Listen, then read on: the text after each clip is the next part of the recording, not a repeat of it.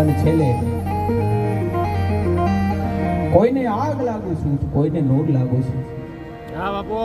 કોઈને આગ લાગુ છું તો કોઈને નૂર લાગુ છું. અરે ખરેખર તો હું હાવ ખાલી છું, છતાંય ભરપૂર લાગુ છું. અને તમારા રૂપની રંગતને ભરી છે મારી આંખોમાં.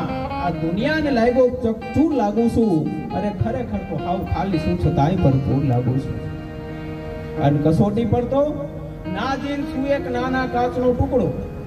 કદાચ ચેતનભાઈ મારી પરીક્ષા કરે, મારી કસોટી કરે તો હું કોઈ કિંમતી હીરો નથી, મારી કસોટી થાય. કારણ અરે કસોટી પર તો છું એક નાના કાચનો ટુકડો, પણ દયા છે હડમતિયાના ઠાકરની કોહી નૂર લાગુ છું. યાર ખરેખર તો હાવ ખાલી છું, છતાંય ભરપૂર લાગુ છું.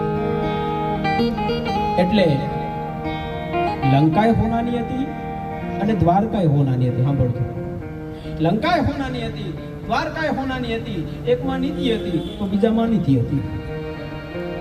અરે લંકાએ હોનાની હતી, દ્વારકાએ હોનાની હતી. એકમાં નીતિ હતી તો બીજામાં અનીતિ હતી. એક ડૂબી ગઈ તો બીજી હળગી ગઈ. એનો સીધે સીધો મતલબ એવો થાય છે કે દુનિયાની માલિપા રહેવાનું કાંઈ નથી સાહેબ, રહેવાનું કાંઈ નથી. પણ માત્ર